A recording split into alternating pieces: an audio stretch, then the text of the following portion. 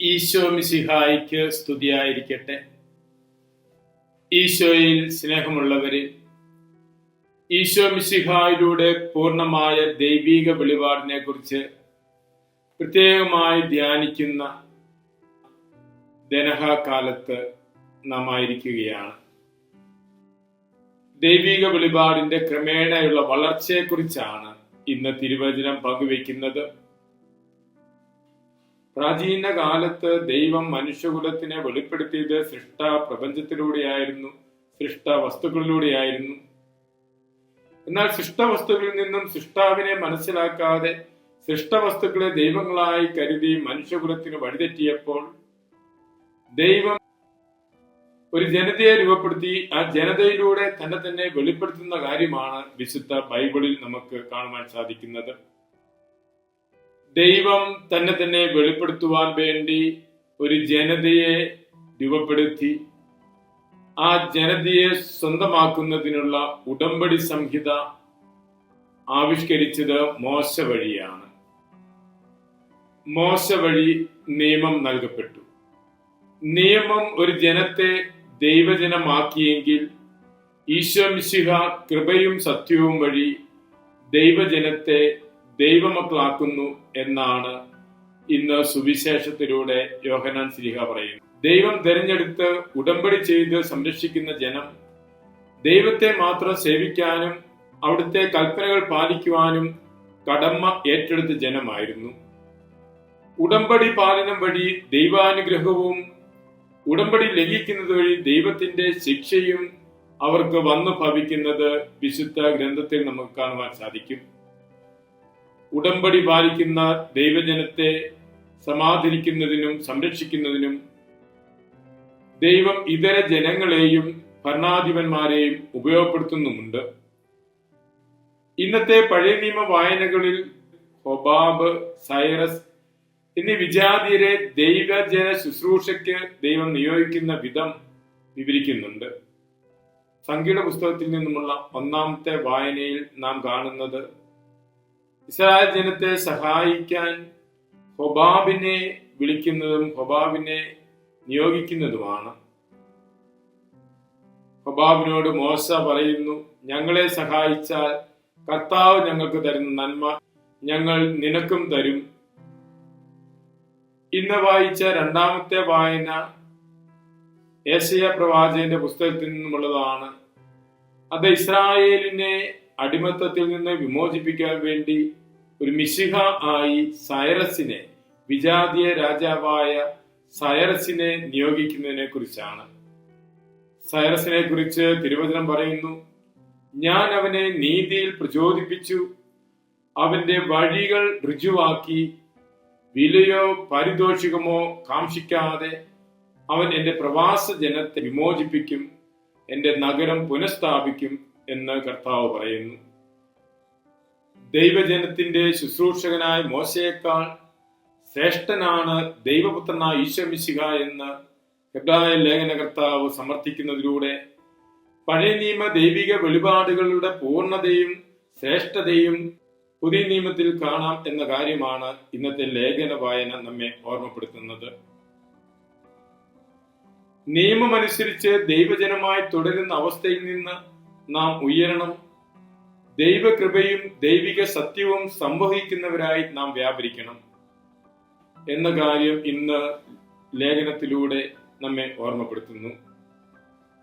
ജെറുസലേമിൽ നിന്നെത്തുന്ന യഹൂദ സംഘത്തിന്റെ നീ ആരാണ് എന്ന ചോദ്യത്തിന് യോഹന്നാന്റെ ഉത്തരം ഞാൻ മിശിഹ അല്ല എന്നാണ്. ധീരനായൊരു പ്രവാചകന്റെ സ്വരമാണ് ഇത്. ഞാൻ മിശിഹായല്ല. യഹൂദ മതത്തിന്റെ ഔദ്യോഗിക സംഘത്തിന്റെ മുൻപിലാണ് യോഹന്നാൻ ഈ സാക്ഷ്യം നൽകുന്നത്. ഒരുപക്ഷെ താൻ മിശിഹായാണെന്ന് അവകാശപ്പെട്ടാൽ ജനങ്ങൾ അംഗീകരിക്കും, കാരണം അവർ മിശിഹായെ പ്രതീക്ഷിച്ചിരുന്നവരാണ്. എന്നിട്ടും തന്റെ ഇടത്തോടെ സ്നാപകൻ പ്രഖ്യാപിക്കുന്നു, ഞാൻ മിശിഹായല്ല, മരുഭൂമിയിൽ വിളിച്ചു പറയുന്നവന്റെ സ്വരമാണ് ഞാൻ എന്നാണ് സ്നാപകൻ തന്നെ കുറിച്ച് പറയുന്നത്. മരുഭൂമി എന്നത് മരണത്തിന്റെ, ശുദ്ധീകരണത്തിന്റെ, പുനർജനനത്തിന്റെ സ്ഥലമാണ്. അത് ഭൂമിയുടെ ഗർഭപാത്രമാണ്. പഴയ നിയമത്തിലുടനീളം ദൈവത്തിന്റെ പ്രിയപ്പെട്ടവർ മരുഭൂമിയിൽ ചെലവഴിക്കുന്നത് കാണാം. മോശയും ഇസ്രായേൽ ജനം മുഴുവനും ഈ ഗർഭപാത്രത്തിൽ പുനർജനിക്കുന്നത് കാണാൻ സാധിക്കും. ഇതുപോലെ യോഹന്നാനും മരുഭൂമിയുടെ ഏകാന്തതയിലേക്ക് പിൻവാങ്ങുകയാണ് ഒരു പുതിയ ജനനത്തിനു വേണ്ടി. നമ്മുടെ ജീവിതങ്ങളിലെ മരുഭൂമികൾ തിരിച്ചറിയുക. അവിടെ നാം തനിച്ചാകുമ്പോൾ നമ്മുടെ ജീവിതത്തെ പുനർജനിപ്പിക്കാൻ നമുക്കാകും. അപ്പോൾ എനിക്കും എൻ്റെ ദൈവത്തിനും വേണ്ടി എപ്പോഴും സാക്ഷി നൽകുന്നവനാകുവാൻ സാധിക്കും. നിങ്ങൾ അറിയാത്ത ഒരാൾ നിങ്ങളുടെ ഇടയിൽ നിൽപ്പുണ്ട്. യോഹന്നാൻ മിശിഹായ്ക്ക് സാക്ഷ്യം വഹിക്കാൻ വന്നവനാണ്. നിങ്ങളുടെ മധ്യേ നിങ്ങൾ അറിയാതെ നിൽക്കുന്ന മിശിഹായ്ക്ക് സാക്ഷ്യം വഹിക്കാൻ വന്നവൻ. ഓരോരുത്തരുടെയും അരികിൽ അയാൾ അറിയാതെ മറ്റൊരാളുടെ അദൃശ്യ സാന്നിധ്യമുണ്ട്, മിശിഹായുടെ സാന്നിധ്യം. ഇത് ചൂണ്ടിക്കാണിക്കലാണ് ഓരോ ക്രിസ്ത്യാനിയുടെ ധർമ്മം. മാംസം ധരിച്ച വചനത്തിന് സാക്ഷ്യം നൽകുന്ന സ്നാപകന്റെ വചസ്സുകളാണ് സുവിശേഷത്തിൽ നിന്ന് ശ്രവിക്കുന്നത്. ഓരോ ക്രിസ്ത്യാനിയും വചനത്തിന് സാക്ഷ്യം നൽകുവാൻ വിളിക്കപ്പെട്ടവനാണ്. അങ്ങനെയുള്ള ജീവിതത്തിന് ഏറ്റവും നല്ല മാതൃകയായിരുന്നു സ്നാപകയോഹന്നാൻ. സ്നാപകയോഹന്നാന്റെ ജീവിതം രണ്ട് വിശേഷ ഗുണങ്ങളാൽ ധന്യമായിരുന്നു. ഒന്ന്, എല്ലാ തിന്മകളുടെയും മൂലകാരണമായ സ്വാർത്ഥതയിൽ നിന്നും അസൂയയിൽ നിന്നും അദ്ദേഹം തന്റെ ജീവിതത്തെ മാറ്റി നിർത്തിയിരുന്നു. അവൻ വളരുകയും ഞാൻ കുറയുകയും വേണം എന്നതായിരുന്നു അദ്ദേഹത്തിന്റെ മുദ്രാവാക്യം. തന്റെ പേരിനും പെരുമയ്ക്കും വേണ്ടിയായിരുന്നില്ല ജീവിതം. മിശിഹായുടെ അനുയായിക്കുണ്ടായിരിക്കേണ്ട ഏറ്റവും വലിയ ഗുണവും അതുതന്നെയാണ്. സ്വാർത്ഥതയെ ഇല്ലാതാക്കുന്നതിന് മാത്രമേ പരിശുദ്ധമായ സാക്ഷ്യം നൽകുവാനാവൂ. അതുതന്നെയാണ് തമ്പുരാൻ നമ്മിൽ നിന്ന് പ്രതീക്ഷിക്കുന്നതും.